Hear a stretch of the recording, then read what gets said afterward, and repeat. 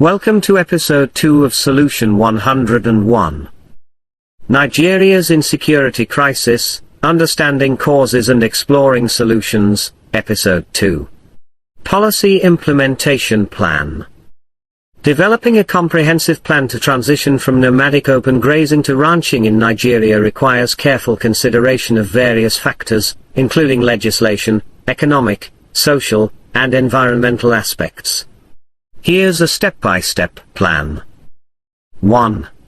Stakeholder engagement and consultation. Initiate dialogue with relevant stakeholders, including pastoralists, farmers, local communities, government agencies, and experts in agriculture and land management. Understand their concerns, needs, and perspectives regarding the transition to ranching. 2. Legislative framework. Enact legislation or update existing laws to regulate open grazing and promote ranching. This could include laws to prohibit open grazing in certain areas, provide incentives for ranching, and establish standards for the operation of ranches. 3. Public awareness campaign. Launch a nationwide public awareness campaign to educate citizens about the benefits of transitioning to ranching, including increased productivity, improved animal welfare, and reduced conflicts between herders and farmers. 4. Infrastructure development. Invest in the development of necessary infrastructure for ranching, including fencing, water supply systems, veterinary services, and access roads. This could be done through public-private partnerships or government funding, e.g., each state government can invest into establishment of ranches in their state if required. This will also generate revenue to the government by renting out the facilities to herders. 5. Financial support. Provide financial support and incentives to encourage pastoralists to transition to ranching.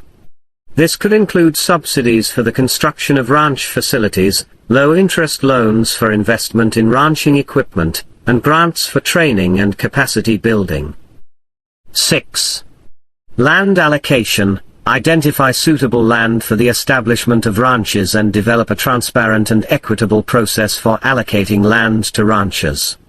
Ensure that land rights of local communities are respected and that environmental considerations are taken into account. 7. Capacity building. Provide training and technical assistance to pastoralists to help them adapt to ranching practices.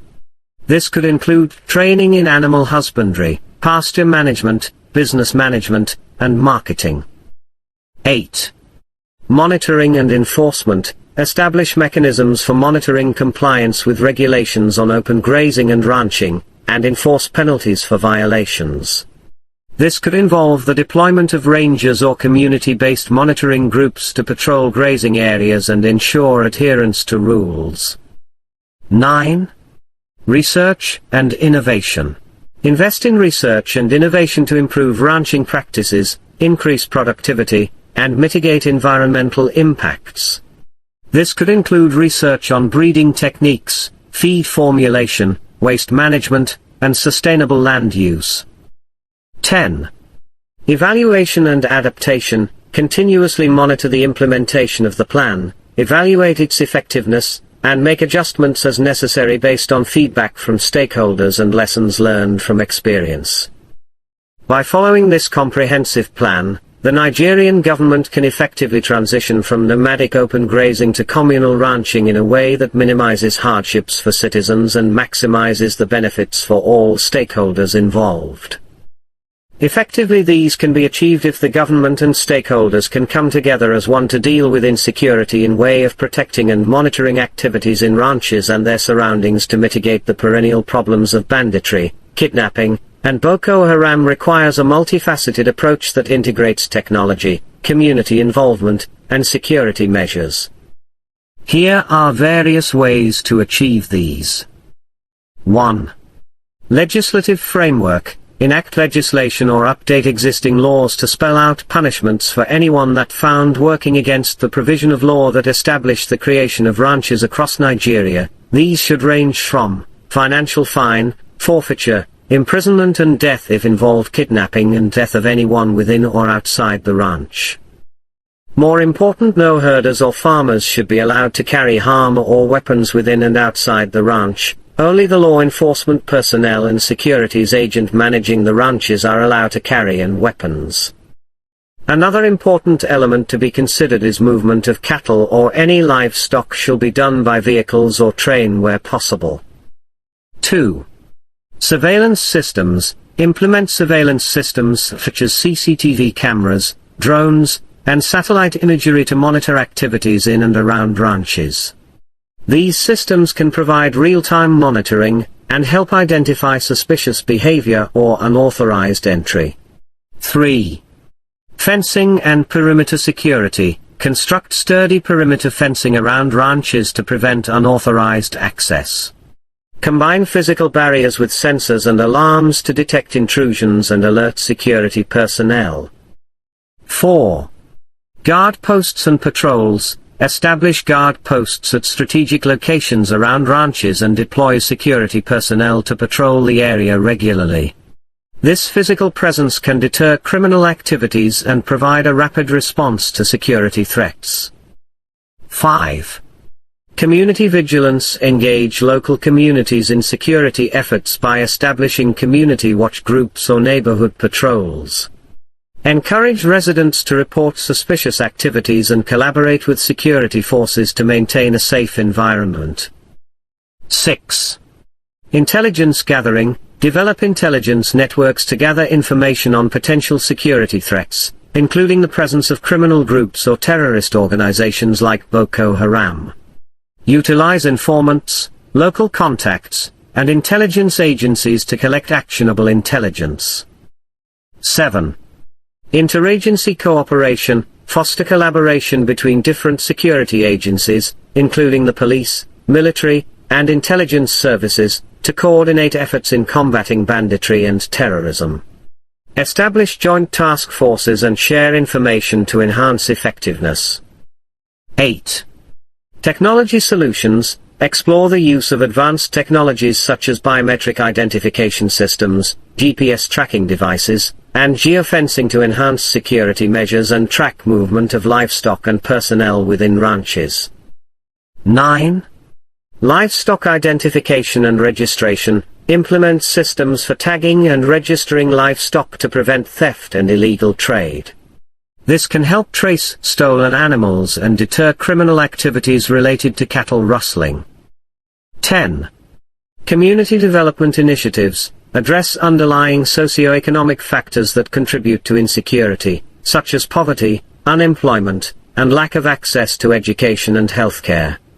Implement community development initiatives to improve livelihoods and reduce vulnerability to radicalization and criminality. 11. Response and crisis management. Develop contingency plans and response protocols to deal with security incidents and emergencies. Conduct regular drills and training exercises to ensure readiness and coordination among security forces and other stakeholders.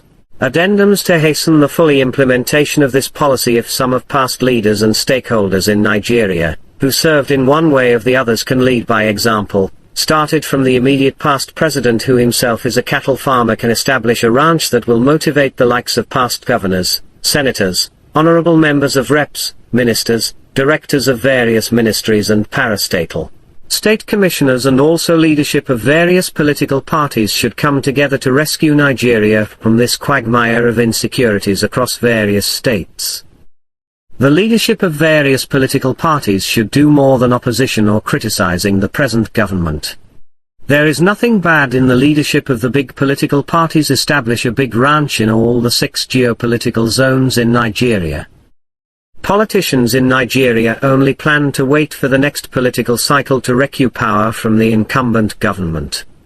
Politics has become a lucrative business in Nigeria rather representing and serving the people. Enough of Nigerian stakeholders establishing schools or businesses that don't benefit the poor masses rather than the elite. The same goes for most big religious bodies in Nigeria. There is nothing bad or wrong in religious bodies to venture into farming to feed their congregations. Most of the schools established that members cannot afford the tuition fees. One important fact in Nigeria is that it's easy to convince many poor Nigerians to pay tithes in churches than to pay the required tax to the government or pay for essential services like electricity, water, road tax, council tax, etc. It is time for every Nigerians to come together to solve all these major problems like insecurities, food production, bad infrastructure, etc. rather than complaining. The government cannot do it alone. All Nigerians that japa are very hard working when they go abroad. If Nigerians can put half of their dedication to work as they do when they get abroad, Nigeria will be an El Dorado in a short time.